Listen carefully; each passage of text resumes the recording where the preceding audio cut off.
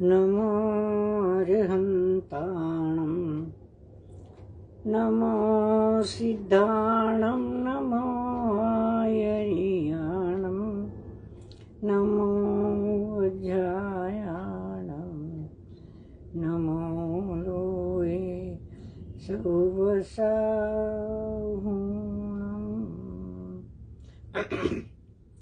मोक्षमार्गस्य नेतारं भेतारं कर्मभूभृतां ज्ञातारं विश्वतत्त्वानां वन्दे तद्गुणलब्धये। त्रैकाल्यं द्रव्यषट्कं नवपदसहितं जीवषट्कायलेशा पञ्चान्ने चास्तिकाया व्रतसमितिगतिज्ञानचारित्रभेदा। इत्येतन्मोक्षमूलं त्रिभुवनमहिते प्रोक्तमर्हद्भिरीशे प्रत्येति श्रद्धधाति स्पृशति च मतिमान यः स वै शुद्धदृष्टि। सिद्धे जयपसिद्धे च विहाराहणा फलं पत्ते वन्दितारहन्ते वोत्सम् आराहणाकमसो उज्जवणम् उज्जवणं निर्वहणं साहणं च निच्चरणं दंसणाणचरिततवाणमाराहणाभणीया। ओंकारं बिन्दुसंयुक्तं नित्यं ध्यायन्ति योगिनः कामदं मोक्षदं चैव ओंकाराय नमो नमः। अविरलशब्दघनौघप्रक्षालितसकलभूतलमलकलङ्का मुनिभिरुपासिततीर्था सरस्वती हरतु नो दूरितान्। अज्ञानतिमिरान्धानां ज्ञानाञ्जनशलाकया चक्षुरुन्मीलितं येन तस्मै श्री गुरवे नमः। श्री परमगुरवे नमः। परम्पराचार्य गुरवे नमः। सकलकलुषविध्वंसकं श्रेयसां परिवर्धकं धर्मसम्बन्धकं भव्यजीवमनप्रतिबोधकारकमिदं शास्त्रं श्री समयसारण मूकमाटी नामधेय। अस्य मूलग्रन्थकर्तारः श्री सर्वज्ञदेवः तदुत्तरग्रन्थकर्तारः श्री गणधरदेवः प्रतिगणधरदेवः स्तेषां वचोऽनुसारमासाद्य आचार्य विद्यासागरजी विरचित ग्रन्थमिदं मंगलं भूयात्। मंगलं भगवान् वीरो मंगलं गौतमो गणी मंगलं कुन्दकुन्दार्यो जैनधर्मोऽस्तु मंगलम्। सर्वमङ्गलमाङ्गल्यं सर्वकल्याणकारकं प्रधानं सर्वधर्माणां जैनं जयतु शासनं जैनं जयतु शासनं जैनं जयतु शासनम्। आचार्य गुरुवर श्री विद्यासागर जी के चरणों में त्रिवार नमोस्तु नमोस्तु नमोस्तु। सभी गुरुजनों के चरणों में त्रिवार नमोस्तु नमोस्तु नमोस्तु। साधर्मी बहनों और भाइयों, सस्नेह जय जिनेन्द्र। मूकमाटी का 258 पेज पर हम चल रहे थे, वहीं थोड़ा सा आगे हम 258 पेज से आरंभ करते हैं। नया साल अंग्रेजी ईस्वी सन के अनुसार आरंभ हो चुका है। हम अपने वीर संवत को ही अधिक मानते हैं, फिर भी जिस समाज में हम रहते हैं वहाँ के सारे लोग ईस्वी सन को ही मानते हैं और एक दूसरे को नववर्ष की शुभकामनाएं देते हैं। उसी को ध्यान में रखते हुए मेरी ओर से सभी साधर्मी बहनों और भाइयों, सस्नेह जय जिनेन्द्र के साथ सभी को नववर्ष की बहुत बहुत शुभकामनाएं। हम गत रविवार को देख रहे थे कि आने वाले संकट को उबारने के हेतु धरती पुत्र जो धरती माँ की सेवा में रत होना चाहते हैं, उनमें से कांटे ने बड़ी धमकी भरे शब्दों में उस आगत संकट को ऐसा कुछ फटकारा और उसे निकल जाने को कहा। फिर गुलाब का फूल आया, उसने भी अपनी सुगंध बिखेरते हुए सबको अपनी मोहक सुगंध से आकर्षित कर लिया और धरती माँ की सेवा में रुजू हो गया। फिर पवन आया। कैसा पवन? उसके कुछ गुण बताए हैं कि जिसकी कर्तव्य निष्ठा वह पराकाष्ठा को छूती मिलती है, उसकी सर्वमान्य प्रतिष्ठा तो काष्ठा को भी पार कर जाती है। ऐसा है ये पवन। उसको सब कोई चाहते हैं, सबके लिए वह आवश्यक चीज है। अगर श्वास लेने को हमें हवा न मिले तो जीवित रहने की भी बड़ी मुसीबत पैदा हो जाती है। तो ऐसे पवन का भी आगमन हुआ है और वह सबका अभिवादन करता हुआ आता है। और अब देखिए उसके क्या भाव है। उसको बुलाया गया है और वह अब क्या कहता है, अगली पंक्तियों में हम देखते हुए आगे बढ़ते हैं। पृष्ठ 258। लो, स्मरण मात्र से ही मित्र का मिलन हुआ तो गुलाब फूला न समाया। गुलाब फूला न समाया। मुदित मुख आमोद झूला झूलने लगा।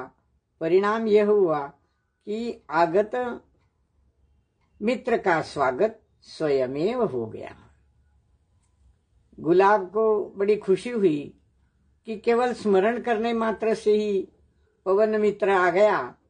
तो अत्यंत आनंदित मुख से वह आनंद का झूला झूलने लगा। हम देखते हैं कि हल्के से पवन के झुमके जब आते हैं तो फूल अपनी डालियों पर और खुशी से मानो झूम उठते हैं और आगत मित्र का, पवन का वे स्वागत करते हैं। अब इन अगले सारे पृष्ठों में हम वातावरण में जो परिवर्तन हो रहा है उसका ही अध्ययन करने वाले हैं। देखते हैं, ये हुई फूल की स्थिति। अब क्या हुआ? मित्र जब मिल जाता है तो फूल ने पवन को प्रेम से नहला दिया और बदले में पवन ने फूल को प्रेम से हिला दिया। जैसे आलिंगन करते हैं मित्र एक दूसरे को तो खुश हो जाते हैं, उसी प्रकार पवन और फूल दोनों एक दूसरे के मानो गले मिल गए और एक दूसरे को प्रेम से उन्होंने नहला दिया। पृष्ठ 259 पर कुछ क्षण मौन। फिर पवन ने कहा विनय के साथ, मुझे याद किया तो कारण ज्ञात करना चाहता हूं कि जिससे कि प्रासंगिक कर्तव्य पूर्ण कर सकूं, अपने को पुण्य से पूर सकूं और पावन पुत कर सकूं। बस और कोई प्रयोजन ही नहीं है। कुछ देर तो मित्र मिलने पर कुछ सुझाई नहीं देता, बस प्रेम से नहा देते हैं दोनों आपस में एक दूसरे के गले मिलकर। फिर कुछ क्षण मौन भंग हो जाता है और पवन ने विस्मय के साथ फूल से पूछा, भाई मुझे क्यों याद किया? क्या कारण था? हाँ, कारण बताओ तो मैं अपना कर्तव्य पूरा कर सकूं और पावन पूत कर सकूं। बस पावन पूत, आप जानते हैं पवन पुत्र, पवन के पुत्र को हम हनुमान कहते हैं पवन। वो पवन का पावन पूत बना दिया। यहाँ पवन को पावन पूत कर सकूं, यहाँ मतलब मेरा जीवन मैं पवित्र बना सकूं, अपना कर्तव्य पूरा सकूं और मेरा जीवन मैं पवित्र कर सकूं, पावन कर सकूं। तो इस प्रकार अपने को वह पुण्य से भरना चाहता है, पावन पुत कर सकूं, बस और कोई प्रयोजना नहीं है। पुण्य का पूर कर सकूं, यानी पुण्य से अपने जीवन को मैं भर सकूं। और ये संकट का जो समय आने का भय सबके मन में निर्माण हो गया है, उसके प्रति मेरा क्या प्रासंगिक कर्तव्य है, उसे मैं पूर्ण कर सकूं। तो बताओ मित्र फूल, तुमने मुझे क्यों याद किया, मैं क्या सेवा कर सकता हूं आपकी। इस प्रकार और कोई प्रयोजन मेरा यहाँ आने का नहीं है। आगे, पर के लिए भी कुछ करूं, सहयोगी उपयोगी बनूं, यह भावना एक बहाना है, ऐसा उसने अभिव्यक्त किया पवन ने, कि दूसरों के लिए मैं सहयोगी बनूं, उपयोगी बनूं और उनके लिए कुछ कर सकूं, यह भावना से मैं कुछ करना चाहता हूं, इस कारण यहाँ आया हूं और कोई प्रयोजन नहीं है। तो ये तो एक बहाना मात्र है। दूसरों को माध्यम बनाकर मध्यम यानी समता की ओर बढ़ना बस सुगमतम पथ है। जैसे कि पहले हमने कई बार विचार में लिया है कि वर्णन करते करते, कथा को आगे बढ़ाते बढ़ाते आचार्य ऋषि उसे अध्यात्म का मणि, अध्यात्म के विचार ऐसे ही पिरो देते हैं और उसी को मुख्य करके उस धारा को वे आगे बढ़ाते हैं। तो पर के लिए कुछ कर सकूं, उनके लिए मैं सहयोगी उपयोगी बनूं, ये तो एक भावना है, एक बहाना है। पर दूसरों को मदद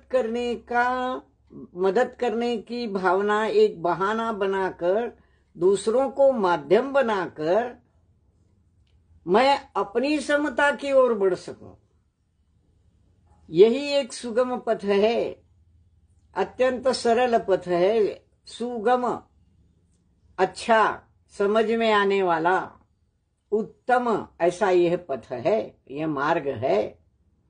दूसरों को माध्यम बनाकर मध्यम की ओर, माध्यम और मध्यम, दूसरों को माध्यम बनाकर एक बहाना कि दूसरों की मदद करना चाहता हूं, वास्तव में दूसरों की मदद करने के बहाने मैं अपनी स्वयं की ही मदद करता हूं। माध्यस्थ भाव से, माध्यस्थ भाव एक समता भाव है, मैं अपने आत्मा के कल्याणार्थ ये कर रहा हूं। हमने दान का विषय जब शुरू में लिया था, तब कहा था कि दान हम पर कल्याण के हेतु से करते हैं, पर वास्तव में दान में स्व कल्याण और पर कल्याण दोनों सज जाते हैं। स्व कल्याण कैसे सजता है, उसमें एक तो पहले व्यवहार से क्यों न हो त्याग की भावना होती है, और अपने पास जो परिग्रह है उसे हम छोड़ने की भावना से कुछ दे देते हैं। पर केवल छोड़ने से काम नहीं बनता, हम अपने स्वरूप को समझ सके इसलिए हम उस परिग्रह को छोड़ते हैं। मूल हेतु ये है कि मध्यम यानी समता भाव की ओर बढ़ना, मध्यम की ओर, समता भाव की ओर बढ़ना, यही सबसे अच्छा, सरल, सहज समझ में आने वाला मार्ग है। दूसरों की मदद के बहाने, दूसरों के उपयोग के बहाने हम अपना विचार करें, अपने स्वस्वरूप को जाने, यह सही में मूल में एक ऐसा भाव है जिसे समता भाव कहा जाता है। समता किसकी? जिसको हम दान देते हैं वह पात्र, फिर चाहे आहार दान हो, चाहे वह कोई धन का हम दान करें, चाहे औषधि दान करें, ज्ञान दान करें, कुछ भी, किसी भी प्रकार का दान हम देके पर को संतुष्ट करें, इसमें हम अपने आप को अधिक संतुष्ट करने का भाव हो तो वह दान स्व पर कल्याणक कहा जाता है। तो वह सहयोग उपयोग किसी को करना, यह जो भावना है, यह भावना एक बहाना मात्र है, एक निमित्त मात्र है। उसके निमित्त से हम अपना ही कल्याण करते हैं।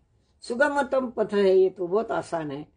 छोड़ना है तो छोड़ दिया, पर पकड़ना है उसके साथ, क्योंकि हमारे उपयोग की जो पकड़ है ना, वो खाली नहीं बैठती कभी। किसी को छोड़ती है तो किसी पकड़े बिना उसको चैन नहीं आता, वह हमेशा किसी न किसी को पकड़ते रहती है।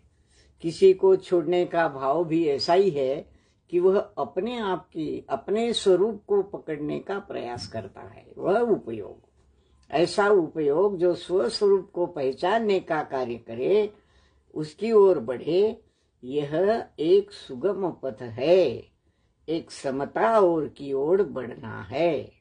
और औरों के प्रति अपने अंदर भरी ग्लानि, घृणा के विरेचन, पवन के इस आशय पर उत्तर के रूप में फूल ने मुख से कुछ भी नहीं कहा, मात्र गंभीर मुद्रा से धरती की ओर देखता रहा। फिर दया द्रवीभूत होकर करुणा झलकती दृष्टि फेरी सुदूर बैठे शिल्पी की ओर, जो औरों से क्या अपने शरीर की ओर भी निहारता नहीं। तो ये विचार जब फूल ने सुना मित्र पवन का, तो उस विचार में पवन ने क्या पाया, फूल ने क्या पाया? पवन ने जब कहा कि मैं समता भाव की ओर बढ़ने का माध्यम इसके माध्यम से खोज रहा हूं, तो उसका मूल उद्देश्य उसने जब स्पष्ट किया कि औरों के प्रति अपने अंदर भरी ग्लानि, घृणा का विरेचन, ग्लानि और घृणा का विरेचन करने हेतु जो भी उपकार की भावना से, उपयोग की भावना से, सहयोग की भावना से बहाना बनाकर मैं जो कुछ करने जा रहा हूं या करूंगा, तो यह सुगम पथ इसलिए है कि दूसरों के प्रति, औरों के प्रति अपने अंदर जो ग्लानि और घृणा के भाव भरे होते हैं, उनका मैं विरेचन कर दूं, उनको मैं छोड़ दूं, उनको मैं डाल दूं, त्याग कर दूं, उनका विरेचन कर दूं। कितना बड़ा आशय इस पवन में भरा है। पवन इस प्रकार का विरेचन करता रहता है, क्योंकि पवन बहता है ना, हमेशा प्रवाह धर्मा है। अगर पवन को एक जगह कोई दुर्गंध साथ उठानी पड़े, तो इस प्रवाह गति से चलते चलते आगे जाकर वह दुर्गंध पता नहीं कहां छूट जाती है, छोड़ देता है, विरेचन करता है वह घृणा के भाव सारे। तो आगे कुछ और दूरी पर, थोड़ा दूरी पर जाने पर हम कहते हैं भी है कि यहां तो कोई दुर्गंध नहीं आ रही, वो दुर्गंध तो पीछे छूट गई। पवन के प्रवाह धर्मा स्वभाव ने उस दुर्गंध को भी पीछे छोड़ दिया। तो उसकी वृत्ति क्या है पवन की? उसकी प्रवृत्ति यह है कि औरों के प्रति अपने मन में, अपने अंदर भरे जो भी ग्लानि के, घृणा के भाव हैं, उनका विरेचन करूं। ये मेरा आशय है, दोहरा आशय है। दूसरों के प्रति सहयोग की भावना एक अच्छा भाव है, एक बहाना है, एक अच्छा माध्यम है। अगर किसी के प्रति घृणा के, ग्लानि के भाव है तो उसका विरेचन हो जाए, यह भी एक अच्छा भाव है। पर इनके माध्यम से मैं अपने स्वस्वरूप को जानूं, समता भाव को जानूं, यह विशेष प्रयोजन है पवन का। इस पवन के प्रयोजन से हम साधक के जीवन की तुलना करें, साधक भी पवन के समान बहता धर्मा है, विहार करते रहते यहां से वहां तक, किसी के प्रति क्रोध नहीं, किसी के प्रति घृणा नहीं, किसी के प्रति कोई ग्लानि का भाव नहीं, छोड़ देते हैं सब। जब अपने अंदर झांकने के लिए तत्पर है, तो दूसरों की तरफ से अपनी नजरें हटाई और नजरें झुकाई, अपनी ओर जो है वो देख लिया।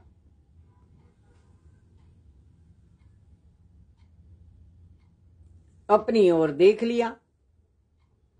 तो कहने का मतलब यह है कि औरों के प्रति अपने अंदर भरी ग्लानि घृणा के विरेचन हेतु में यह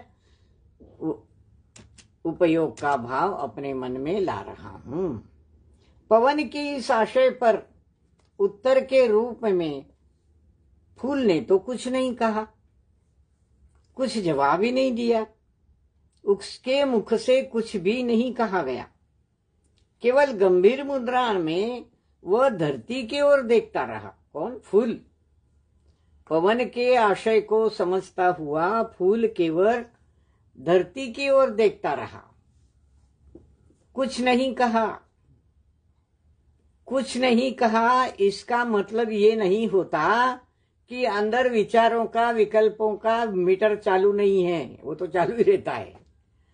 अंदर मन में विकल्प, संकल्प उठते ही रहते हैं। इन विचारों में गड़कर फूल ने धरती की ओर देखा कि अब यही भाव मुझे धरती के लिए कैसा करना होगा, क्या करूंगा मैं।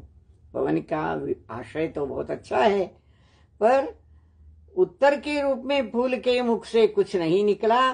मात्र गंभीर मुद्रा से वह धरती की ओर देखता रहा, यानी थोड़ा सा झुक गया। क्या है, जब पवन आता है तो फूल हिलता डुलता भी है, और थोड़ा समय चला जाता है तो अपने ही भार से वह नीचे झुक जाता है। गुलाब का फूल का ये सारा वर्णन जब चल रहा है तो अपने ही भार से वह धरती की ओर अपना मुख गड़ा लेता है, नीचे झुक जाता है।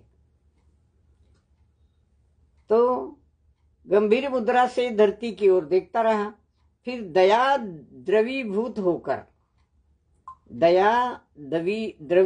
होकर करुणा छलकती दृष्टि फेरी सुदूर बैठे शिल्पी की ओर। पहले तो धरती की ओर देखा, अब शिल्पी की ओर देख रहा है। कभी धरती की ओर, अब शिल्पी की ओर, जो औरों से क्या अपने शरीर की ओर भी निहारता नहीं। शिल्पी कैसा है, औरों को तो निहारता ही नहीं है, पर अपने शरीर को भी नहीं निहारता। कभी शरीर की चिंता भी नहीं करता कि मेरा ये शरीर ऐसा है वैसा है, मुझे ठंड लग रही है, मुझे गर्मी लग रही है, मुझे भूख लगी है। शरीर की ओर देखना है। तो आत्मा की ओर देखने वाले, आत्मा के स्वरूप को जानने के प्रयास में, समता भाव के प्रयास में, जैसे शिल्पी की ओर धरती फूल ने देखा है, तो फूल के मन में कोई विचार अवश्य आया होगा कि कैसा है ये शिल्पी। ये निर्विकल्प भाव का वाला आदमी है। जैसे हमारे गुरुजन होते हैं, हमारे साधुजन होते हैं, वे कभी किसी के प्रति कोई ग्लानि का, घृणा का भाव तो रखते ही नहीं है, क्योंकि उनके पास दूसरे की ओर देखने के लिए समय है कहाँ। वे तो अपनी ओर देखते हैं। अब आगे और देखते हैं 260 पृष्ठ पर। कुछ पल खिसक गए कि फूल का मुख तमतमाने लगा। क्रोध के कारण पांखुरी रूप अधर पल्लव फड़फड़ाने लगे क्रोध से। रक्तचंदन आंखों से वह ऊपर बादलों की ओर देखता है। जो कृतघ्न कलह कर्म मग्न बने हैं, विघ्न के साक्षात अवतार, संवेगमय जीवन के प्रति उद्वेग आवेग प्रदर्शित करते और जिनका भविष्य भयंकर शुभ भावों का भग्नावशेष मात्र है। कुछ पल खिसक गए, कुछ क्षण खिसक गए यानी निकल गए। समय तो चलता रहता है, समय का कांटा आगे बढ़ता रहता है। तो फूल का मुख तमतमाने लगा। धरती की ओर देखा, शिल्पी की ओर देखा। कुछ मन में विचार आए। शिल्पी का स्वभाव भी जाना कि यह तो शरीर की ओर भी नहीं देखता, तो आगत संकट की ओर क्या देखेगा। हाँ, तो फूल का मुख तमतमाने लगा। क्रोध के कारण शिल्पी को क्रोध आया है। शिल्पी को नहीं, फूल को क्रोध आया है। उसका मुख तमतमाने लगा। मुख का तमतमाना, लाल होना, क्रोध के कारण मुख का लाल होना। गुलाब लाल रंग का होता है और रंग के भी होते हैं, पर यहाँ जिस गुलाब की हम बात कर रहे हैं वो लाल रंग का गुलाब है, तो वह अधिक लाल हो गया। उसकी पंखुरी रूप अधर पल्लव, उसके ओठ, पंखुरियों वाले ओठ, उसकी पंखुरियां मानो उसके ओठ है, और वे ओठ कैसे? अधर पल्लव, अधर पल्लव यानी बिल्कुल खुले हुए, ऐसे जिसके आश्रय में कुछ नहीं, ऐसे अधर, ऐसे अधर पल्लव माने पन्नों के समान, पत्तों के समान वो फड़फड़ाने लगे। पंखुरी रूप अधर पल्लव फड़फड़ाने लगे क्षोभ से, क्रोध के कारण, गुस्से के कारण।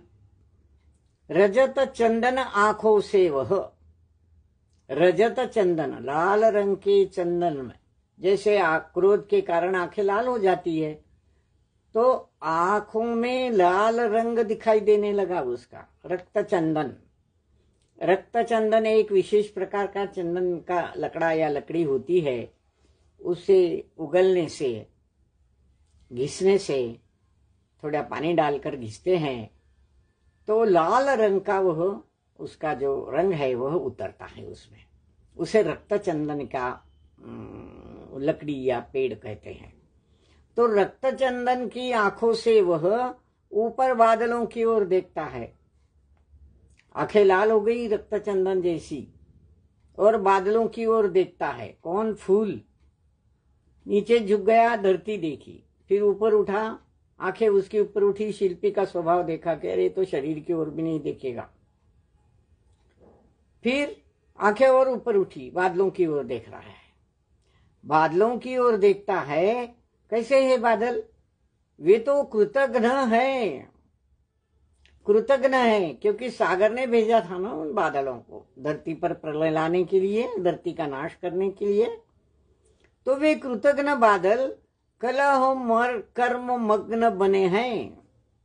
कलह कर्म मग्न 3 शब्द है, यानी कलह लगाने वाले, इस काम में जो मग्न है, इस काम में जो रत है, ऐसे बादल, कलह में, झगड़ों में पड़ने वाले ऐसे बादल कैसे हैं? विघ्न के साक्षात अवतार है, हमेशा विघ्न लाते हैं, विघ्न के साक्षात अवतार है। जैसे राहु का उदाहरण चला था बीच में, कली के बारे में कहते हैं साक्षात विघ्न का अवतार, विघ्न लाते हैं। उसे ये बादल भी साक्षात विघ्न के अवतार हैं। संवेगमय जीवन के प्रति उद्वेग, आवेग प्रदर्शित करते हैं। संवेगमय जीवन क्या होता है? संसार के प्रति जो रुचि होती है, उस रुचि से वैराग्य की रुचि में बढ़ते हैं तो संवेग भाव का निस्तरण होता है। संसार में रुचि का भाव निस्तरण होता है। जो संवेग भाव निस्तारा, हम पूजा में गाते हैं ना पंक्तियों में। तो ये संवेग भाव जो है, यह किसी आवेग के प्रति, संसार में रुचि के प्रति आकर्षित होता है, उसका निस्तारण करते हैं। ये 10 धर्म, एक क्षमा धर्म। तो इस प्रकार जो क्रोध फूल के मन में आया, उन्होंने सोचा कि ये बादल तो ऐसे है कि संवेगमय जीवन के प्रति तो वे उद्वेग, आवेग प्रदर्शित करते हैं। संवेगमय जीवन उनको सुहाता नहीं है, कलह में रुचि करते हैं। कोई किसी प्रकार का वैराग्य भाव उनके मन में तो आता ही नहीं है। दूसरों का बुरा चाहने वाले, संकट लाने वाले, इस प्रकार के ये बादल हैं। संवेगमय जीवन के प्रति उद्वेग, आवेग प्रदर्शित करते हैं। उनको वैराग्य भाव में कोई रुचि नहीं है, उनके प्रति अरुचि है, उद्वेग है, आवेग है, ऐसा प्रदर्शित करते हैं वे। तो ऐसा प्रदर्शित करने वाले के शुभ भावों के वे भग्नावशेष मात्र है, कोई शुभ भाव नहीं है उनके मन में, भग्नावशेष।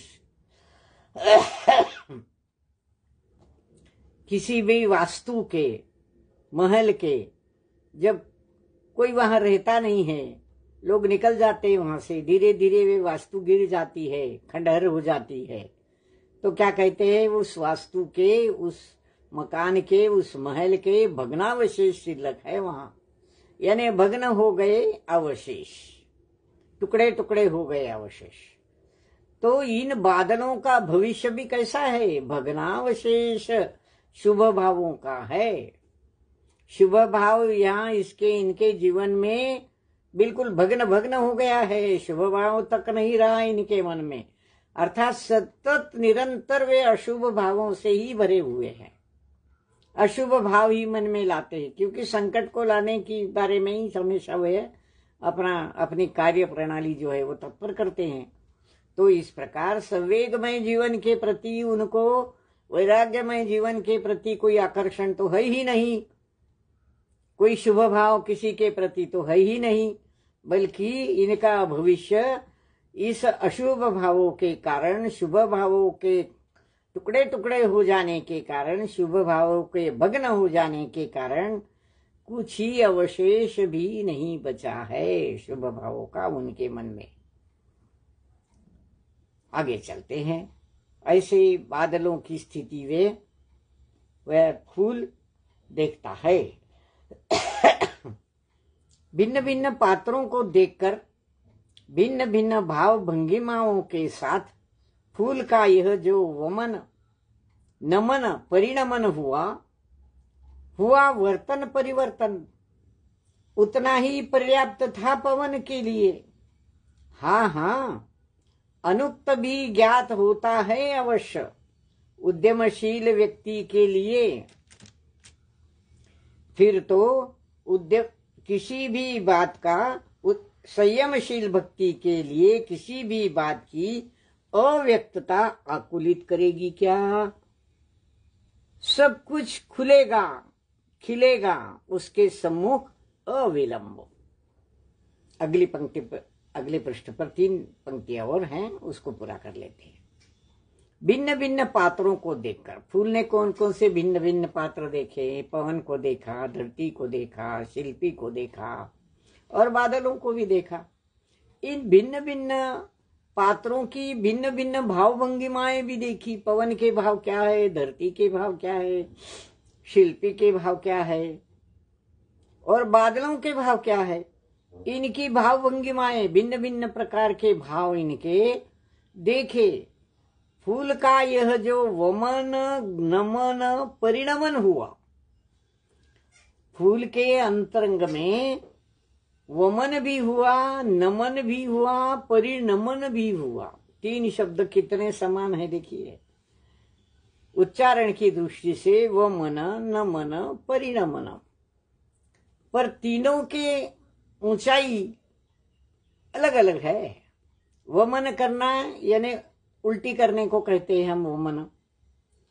तो कौन सी बात वमन होने वाली होती है? जो दूसरों के प्रति घृणा के, ग्लानि के, क्रोध के भाव होते हैं, उनका वमन विरेचन हो जाता है, विरेचन। और नमन क्या होता है? अपनी कर्तव्य निष्ठा जिनके चरणों में हम अर्पित करते हैं वह नमन है। और परिणमन क्या होता है? वमन से नमन की ओर अपनी वर्तन में जो परिवर्तन आता है, कुछ बातें छोड़ दी, कुछ बातें स्वीकार कर ली, ये परिवर्तन हो गया। बाहर से अंदर की ओर आ गए, परिवर्तन हो गया। कुछ दिनों पहले बारिश हो रही थी, अब ठंड आ गई, परिवर्तन हो गया वातावरण में। ऐसा परिवर्तन मन में भी होता है, चेतना में भी होता है, ज्ञान में भी होता है। ऐसा वमन ऐसा वो मन न मन परिणमन फूल के मन में भी हुआ वर्तन परिवर्तन। क्रोध आया था, मुंह तमतमा गया था, लाल लाल हो गया था, बादलों के प्रति क्रोध का भाव भी उठा था, पर वमन हुआ उसका। फिर नमन हुआ किसके प्रति? धरती मां के प्रति। ये परिवर्तन फूल के मन में हुआ। और जिसके मन में जो विषय का परिवर्तन होता है वह उसके चेहरे पर, उसकी आंखों में झलकता ही है। देखने वाला बिना कुछ शब्द किए, बिना कुछ कहे, उन आंखों की, उन चेहरों की भाव भंगिमा को देखकर समझ जाता है कि इसके मन में क्या खलबली चल रही है। तो ये वर्तन परिवर्तन पवन ने भी देखा, फूल के मन में होने वाला, और उतना ही पवन के लिए पर्याप्त था।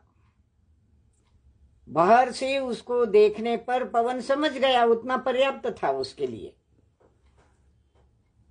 क्यों? हाँ,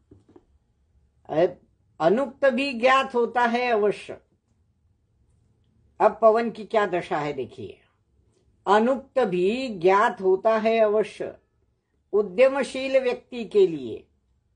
फिर तो संयमशील भक्ति के लिए किसी बात की अव्यक्तता आकुलित करेगी क्या? सब कुछ खुलेगा, खिलेगा उसके सम्मुख अविलंब। कैसी हो गई पवन की दशा, पवन की स्थिति? पवन की स्थिति ये हो गई कि उसके सम्मुख सब कुछ, उसके फूल के मुख को देखकर, उसकी भावों को समझकर सब कुछ खुल गया कि उसके मन में है क्या। अनुक्त जो था उसने उसको अभिव्यक्त नहीं किया था, पवन ने कुछ कहा ही नहीं था। वो अनुक्त था, अनउक्त, जिसकी व्यक्ति नहीं हुई, अभिव्यक्ति नहीं हुई, शब्दों में उसको कहा नहीं गया, ऐसा अनुक्त जो केवल मन में रहता है परंतु आंखों में झलकता है, चेहरे पर झलकता है, वह भी अनुक्त है। कुछ कहा नहीं गया, वह अनुक्त है।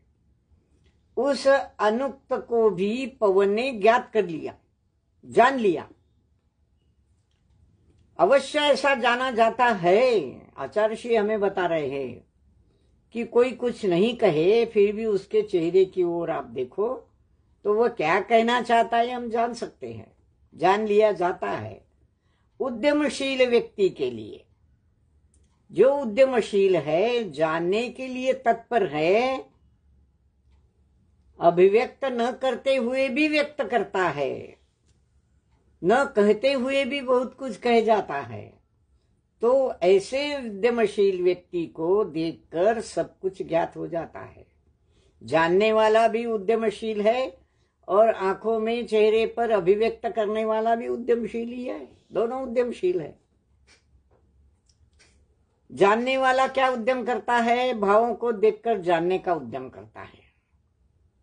और भावों को अभिव्यक्त करने वाला बिना कुछ शब्द कहे जो अपने आंखों से, अपने चेहरे पर से अपने भावों को व्यक्त करता है, वो भी उद्यमशील ही है, क्योंकि उसका उद्यम अभिव्यक्ति में शब्दों का माध्यम न लेते हुए भी, निशब्द होकर भी बहुत कुछ कहने का उद्यम कर रहा है।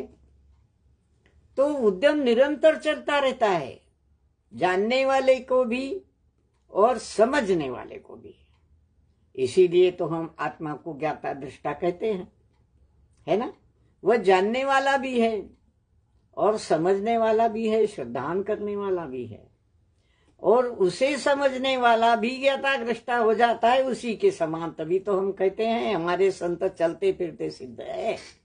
जैसे सिद्धा की आत्मा है वैसे उनकी भी आत्मा है। तो कहने का मतलब ये है, अनुक्त, कितना बहुत सुंदर गंभीर विचार है ये। अनुक्त भी ज्ञात हो जाता है अवश्य उद्यमशील व्यक्ति के लिए।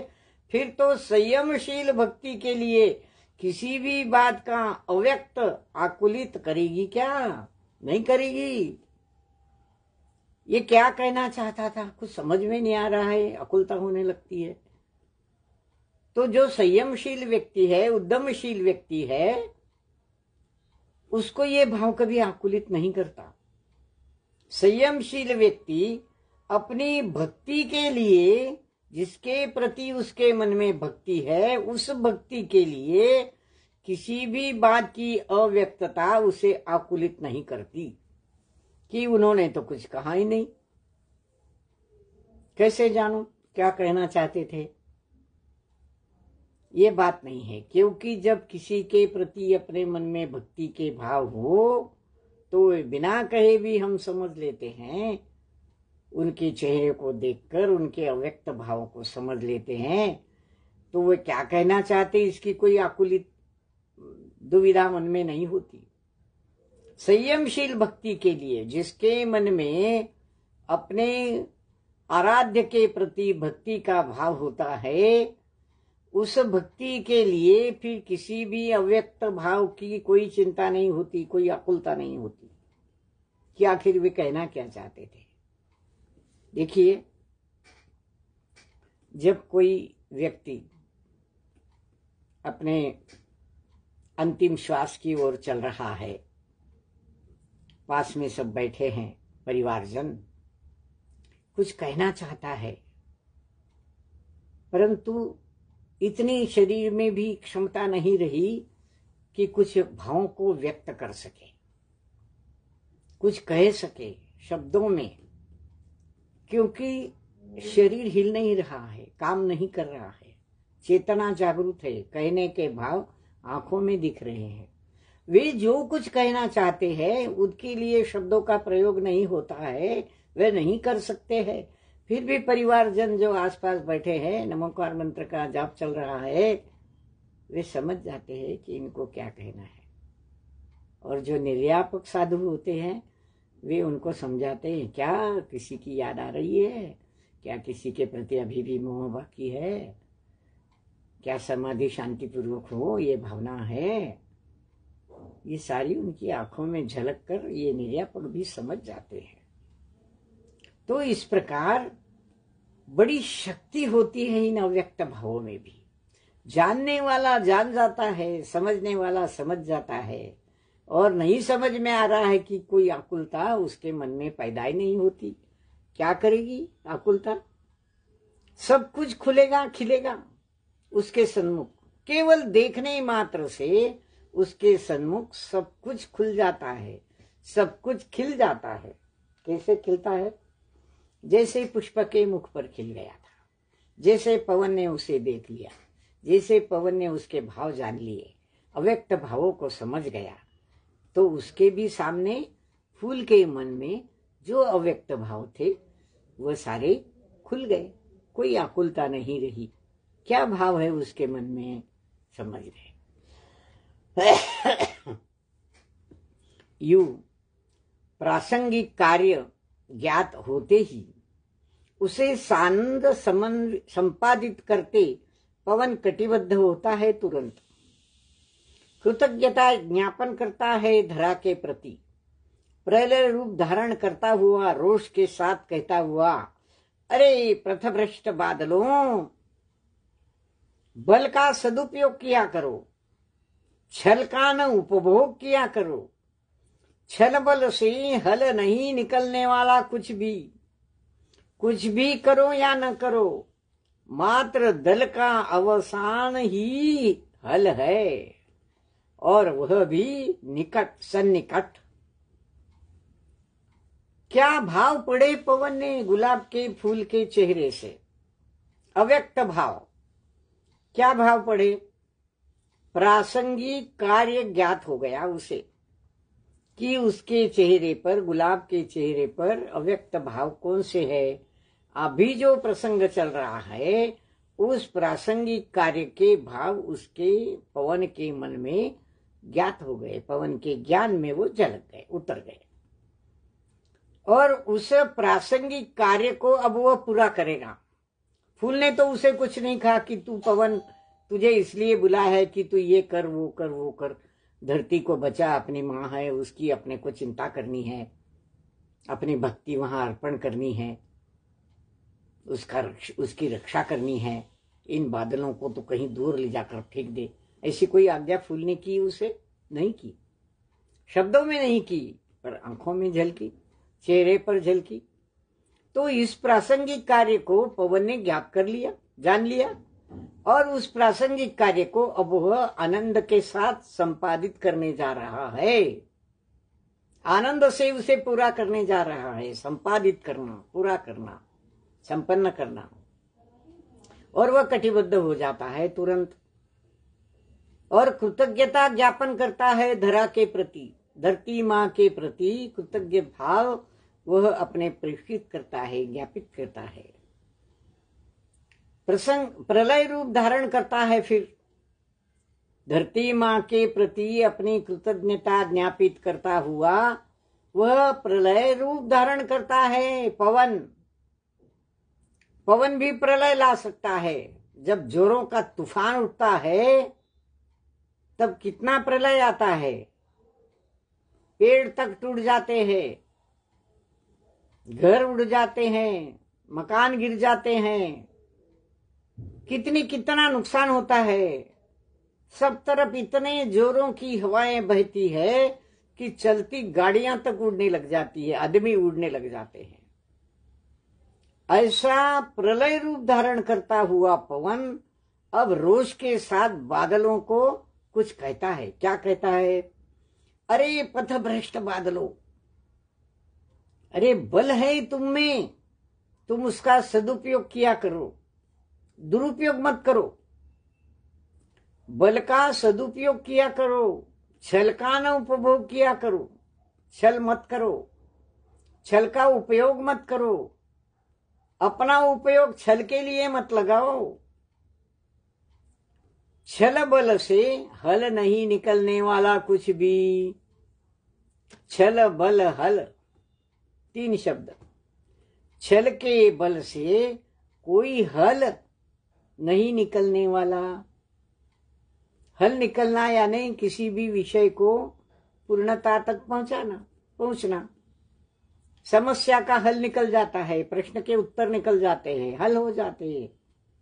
प्रश्न हल कर लिए, पेपर लिखने वाला कहता है 7 प्रश्न हल करने थे, मैंने 6 हल कर लिए। हल निकल आया, परिणाम निकल आया, पूर्णता की ओर बढ़ा। तो अरे पथभ्रष्ट बादलों, बल का सदुपयोग किया करो, छल का न उपभोग किया करो। छल बल से हल नहीं निकलने वाला कुछ भी।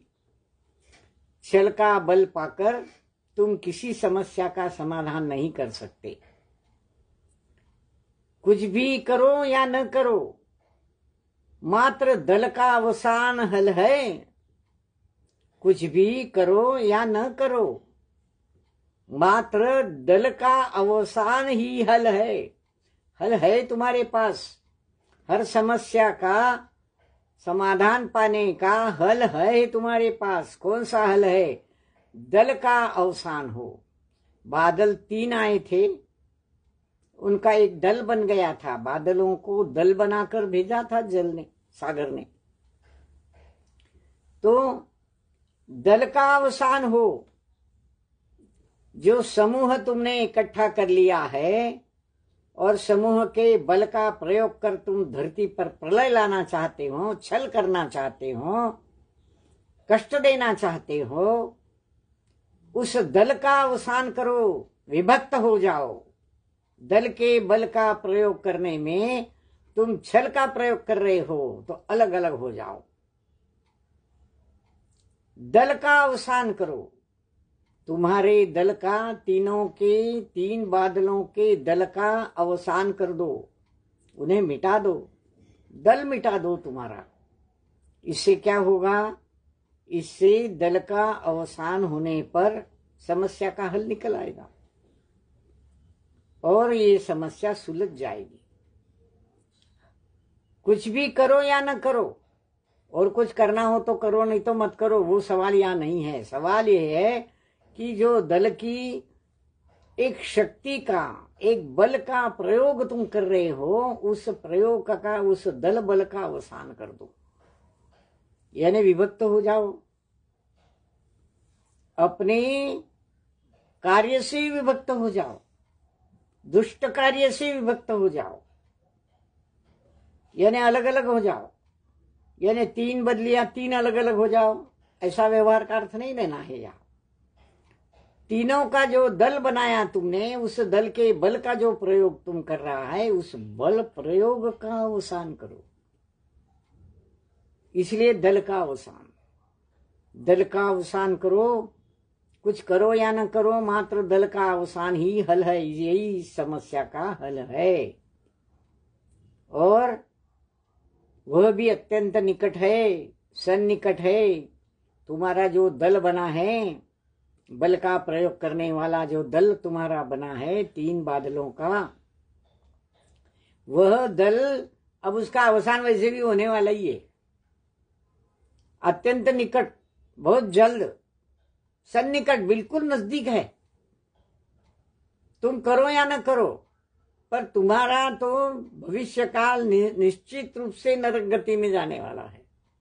इतना पाप तुम बांध रहे हो कि तुम अपने संयम से च्युत होकर और दूसरों को कष्ट देने के हेतु जो कुछ उठापटक कर रहे हो, घटाटोप कर रहे हो, वह सारा अवसान तुम्हारा नष्ट हो जाएगा बहुत नजदीक।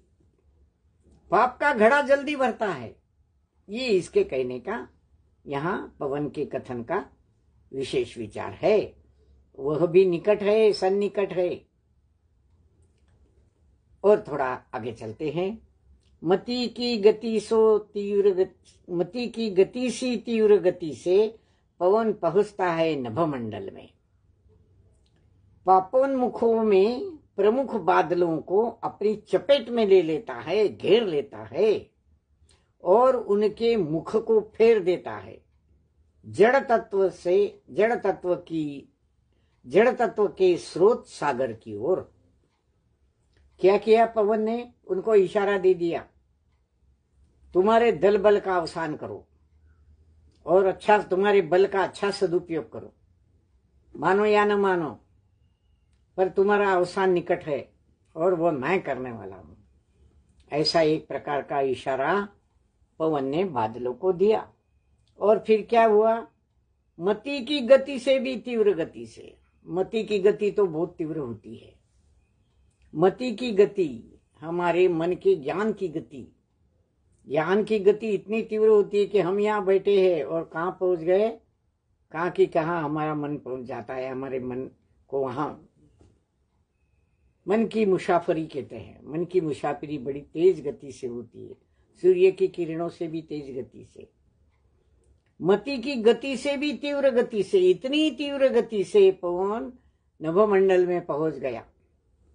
और उसने क्या किया? उन तीनों बादलों में प्रमुख बादलों को, पापोन्मुखों में प्रमुख, पाप के उन्मुख हुए प्रमुख बादलों को, उन तीनों बादलों को जो पाप कार्य करने जा रहे हैं, उन तीनों बादलों को, पापों में उन्मुख, पाप की तरफ जिनका मुख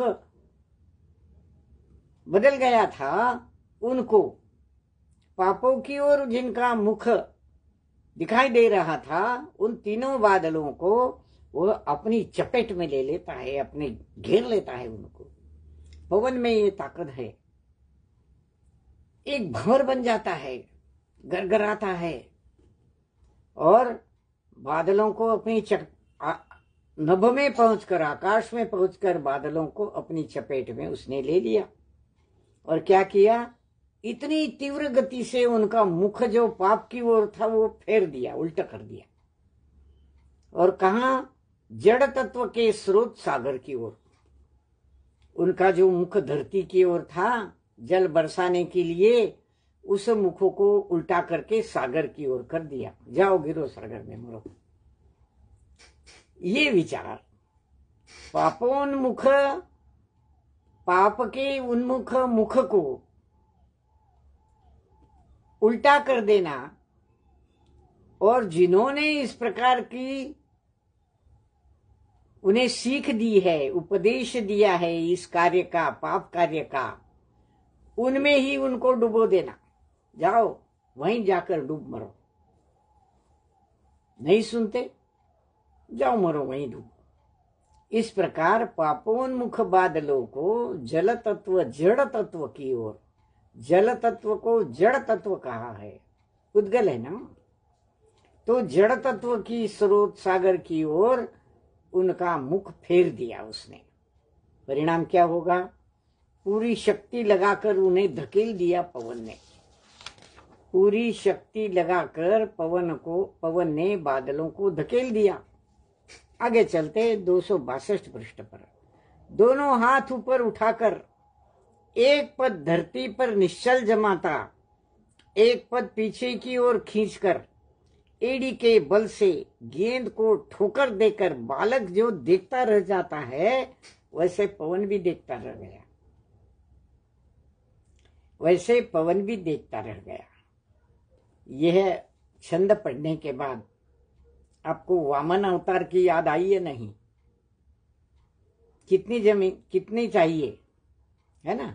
मुनि के, विष्णु मुनि के विक्रिया रूप धारण करने से 3 पद जमीन मांगी और तीसरा पांव उसके सिर पर ठोक दिया, रख दिया और दिया उसको धकेल के नरक में। कितने लाखों मुनियों को, हजारों मुनियों को बचा लिया उनके जीवन को। तो इसी प्रकार पवन ने भी अपने दोनों हाथ ऊपर उठाए, पूरी ताकत लगा दी, एक पद धरती पर निश्चल जमाया, एक पद पीछे की ओर खींचा और एड़ी पर बल देकर गेंद को ठोकर देकर बालक जो गेंद को फेंकता है सीमा पार कर देता है। क्रिकेट में हम देखते हैं बच्चे क्रिकेट खेलते हैं या फुटबॉल क्या जैसा खेल खेलते हैं ना, ठोकर से उड़ा देते हैं पाँव, तो वह सीमा के पार चला जाता है। उसे देखता रहता है कि गया कहाँ, दिखाई नहीं दे रहा है। सीमा के पार गया वह गेंद दिखाई भी नहीं देता।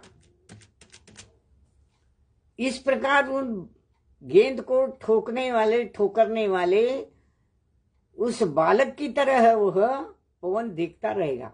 बालक है पवन, बालक क्यों कहा पवन को? बाल मन कैसा निरीह होता है और वह पापाकृतियों को, पापों के उन्मुख मुखों को बदल देता है और ठोक के उनको उनकी जहां से वे आए थे वहां उनको भेज देता है। ये बालक की कृति है।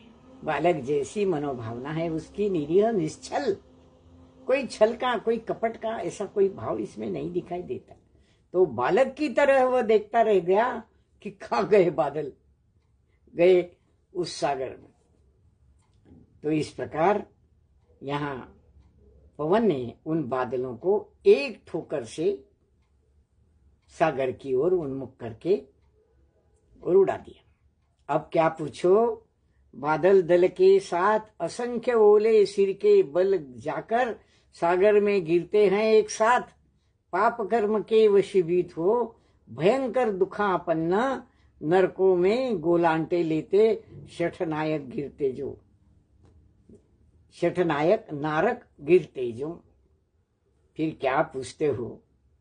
इस कथा का अंत बादल दल के साथ असंख्य ओले, बादल दल असंख्य ओलों के साथ बर्फों के गोले जो बन जाते हैं, उन गोलों के साथ सिर के बल जाकर गिरे, उल्टे सिर के बल जाकर सागर में गिरते हैं एक साथ, पाप कर्म के वशीभूत होकर जैसे भयंकर दुख से जले हुए नरकों में गोलांटे लेते हैं, गोल गोल घूमते हैं, ऐसे शठनायक नारक जैसे नरक में गिरते हैं, वैसे ये ओलों सहित, पापों सहित ये सारे बादल सागर में जाकर डूब गए। यहाँ हम रुकेंगे। पाप कर्म का अंत क्या होता है इस घटना के माध्यम से आचार्य श्री हमें बता रहे हैं, और पाप कर्म के उदय का, पाप करने का अंत क्या होता है, नरक में जाकर के गोलांटे खाते हुए एक के बाद एक नीचे नीचे नीचे जाते हुए नरक का जीवन जीना पड़ता है, दुस्सह भयानक ऐसा जीवन। अब हम मनुष्य काफी मन और ज्ञान से भरे हुए जब इस प्रकार के पाप कर्मों की ओर बढ़ते हैं तो हमारा भविष्य क्या है इसका आईना हमें इन छंदों से, इन प्रसंगों से दिखाई देता है। इन छंदों को पढ़कर कम से कम ऐसे पाप के मित्रों से हम कभी मित्रता न करें, ये संदेश हमें इन छंदों से मिलता है। हमें कम से कम इतना इनसे समझ लेना है। ऐसे कथा के माध्यम से हमें अध्यात्म का अमृत पिलाने वाले आचार्य श्री के चरणों में त्रिवार नमोस्तु। उनका स्वास्थ्य, उनके स्वास्थ्य के प्रति भी शुभ भावना, शुभ मंगल भावना कि उनका स्वास्थ्य ठीक रहे। और सभी गुरुजनों के चरणों में त्रिवार नमोस्तु। साधर्मी भाइयों बहनों, सस्नेह हम विराम लेते हैं। जावाणी के ज्ञान से सूझे लोकालो, सो वाणी मस्तक नमो सदा देत हूँ। जय श्री